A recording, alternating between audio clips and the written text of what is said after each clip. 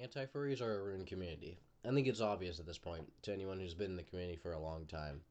And one of the biggest problems is that anti-furries just keep turning furry, or they turn into some other degenerate.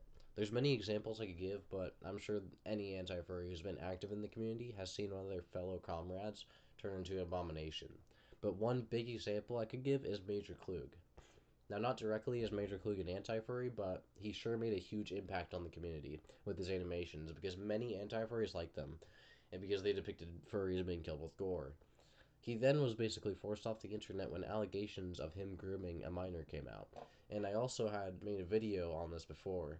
Now, of course, there is a problem with anti furries becoming furry, but why exactly is this happening? Well, simple logic can prove all of that, and it can prove why for years the anti furry community was destined for chaos. First, if you take a look at pretty much any anti furry channel, you usually find anti furry memes, which usually depict showing a piece of furry content, then switching it to a military clip or something else. The part that is turning anti furries furry, or one of the reasons, is showing that furry content in the first place. As anti furries watch and see more furry content, even though it's technically an anti furry meme, it still makes anti furries familiarized with furry content, which is bad because once you're familiar with something, you start to accept it more and more. And that is exactly what's going on with the anti furries for years. They familiarize themselves with furry content way too much. And one of the biggest things driving that is putting furry content in their own memes. There's a statement, you are who you surround yourself with, and it's also true that you are what you surround yourself with. And if anti furries surround themselves with furry content, well, then they just might start becoming a furry content enjoyer themselves, which basically means they become a furry. Now, next, anti-furries on Discord also do a couple key things that turn them into furries as well. They try to spy, raid, or nuke furry servers. Now, spying on furry servers, they usually try to do that to nuke a server, which is just a one-way ticket to showing yourself the motherload of furry content, and another one-way ticket to becoming a furry. If you're spying on a furry server, you're actively permitting yourself to look at furries, posting their furry content and practicing their furry culture, and you're watching all of this, and even participating in it if you're trying to nuke a server. I mean, that's like 10 times worse than watching anti furry memes. Talk about familiarizing yourself with the community. Anyone who is doing this is practically just acting like a furry and preparing themselves to shift into the fandom itself.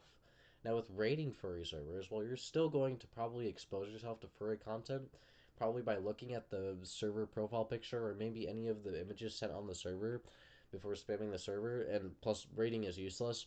If the furry server has a bot with a purge command, which most do, like say the bot Dino or Carl, then they could just purge your entire raid in seconds and all of that was useless. Or they could manually ban you and all your messages just go bye bye. Now, one last thing, because the anti furry community only focuses on hating furries, that means you can be a neo Nazi and hate furries, so that means you're an anti furry. Or you could be communist, or liberal, or conservative, or Christian, or Muslim, or any ideology that doesn't support furries, basically. And you could be also a part of that and the anti furry community. For any liberals watching, it sounds great, but of course, just like in the real world, it's not all rainbows and sunshine. If there's two groups with conflicting ideologies in the anti-furry community, then there's going to be conflict. So that means they're going to be fighting each other, which is also why you can find a lot of infighting in the anti-furry community. I mean, it's that, or the anti-furries are just arguing if a person A is a furry or an anti-furry because he was exposed to too much furry content and started acting like a furry. And that was all due to the fall of the anti-furry culture itself. Yeah, this is like exactly why I left the community like a year ago. You can't just put a bunch of people that have completely different ideologies in a box and then think they'll all get along. Can't put a Nazi in a box with a Jew because we all know what's going to happen. And that's essentially what the anti furry community is doing because it has only just one ideal that any person with any ideology can adopt, which is to not like furries or the furry culture. Okay, okay. I think you can see my point now. That's three of my main points of why the anti-furry community is so crap. So now I'm just going to give specific examples. First off, and of course I have to mention him first, Raxo. If you have watched my channel for a while, you know how much of a garbage creator Raxo is. I mean, he's practically just breeding his entire community to grow up and become little furry munchkins. First of all, his entire channel is basically anti-furry memes, and if it's not that, then he's doing some other weird stuff that involves showing you furry content. Now, he's also been exposing people for being a little bit too weird, like exposing some people for having 18 plus channels or doing some weird furry roleplay. But that's kind of ironic when Raxo himself has or had a furry alt account, which I talked about in my past videos on him, and he had that thing just chilling in his server. Oh yeah, and to this day he still has some weird furry alt account in that server called Cuddly Fur. Man, now I will be waiting for the day Raxo makes a video titled Coming Out with a picture of him with furries on. It's inevitable at this point with how many quote unquote burn furs are in his server, which if you're anti furry, then there should be none.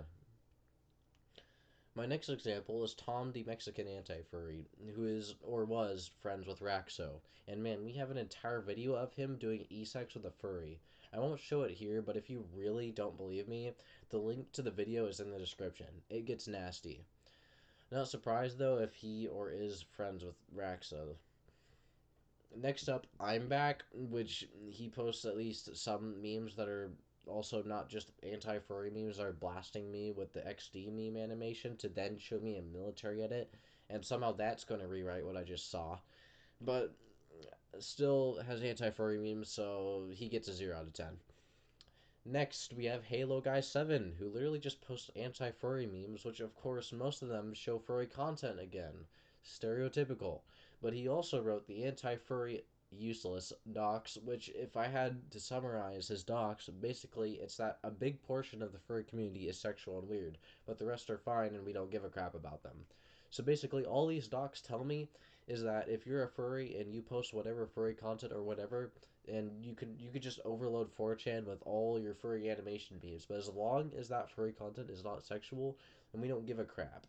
Now the docs were meant to basically document some studies and crap in online events that happen with furries, proving a lot of them are sexual. But if you are an anti-furry and you're trying to say this one furry you randomly encountered on the internet is bad and they should be removed, well, this doc is not going to give you a real reason as to why you should, because that furry can just say they do not like porn and crap, and maybe they're actually truthful. Well, then how the crap are they bad then? And these docs just make you hit a roadblock here.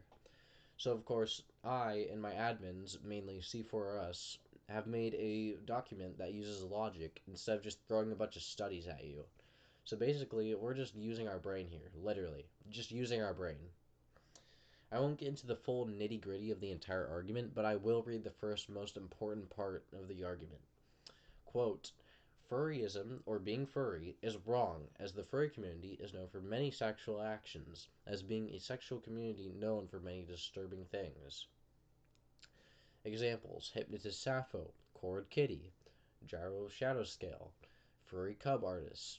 Okay, you pretty much get it. But furthermore, any association to such a depraved community is inherently wrong. Example, if someone were to put a Nazi patch on, but say they do not believe in any Nazi ideals or what they did, they are still associated to Nazism, and it's still wrong to put a Nazi patch on. This can be applied with furries, just take out anything Nazi and replace it with furry. Here is what I mean. If someone were to put on a furry profile picture on, but say they do not believe in any of the disgusting things that happen with the furry community, they are still associated to being a furry and all the bad things about it, and thus means it is still wrong to put a furry profile picture on. Now, of course, C-Force is not calling anyone Nazi or anything, it's an example, but what she is saying is that anyone who associates to the furry fandom is bad. Any association or exposure to the fandom is bad. Which C4S example of Nazism she puts in there helps you understand why.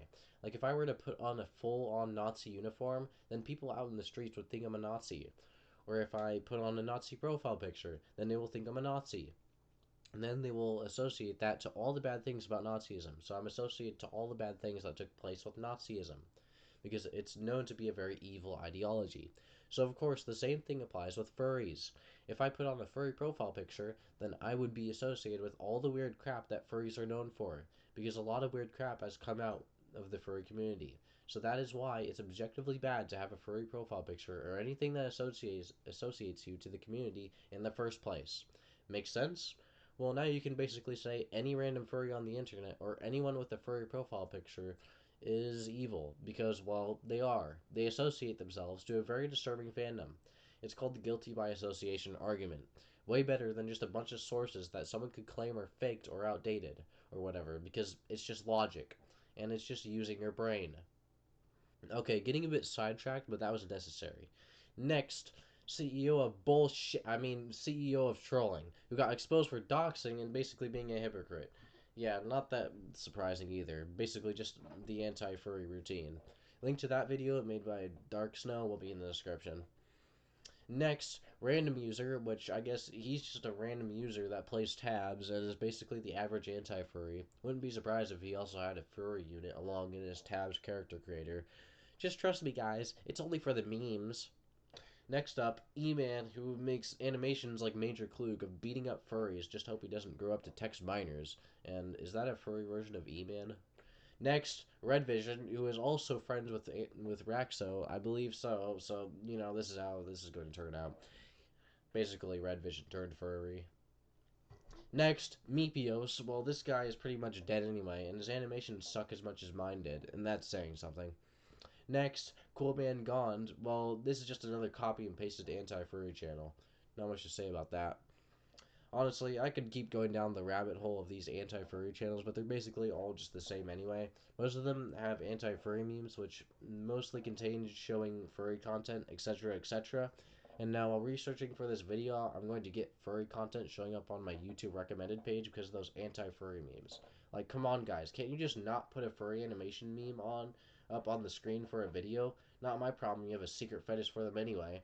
I could also go down the rabbit hole of anti-furry Discord servers, but honestly, it's just a bunch of 10-year-olds figuring out how to run a server.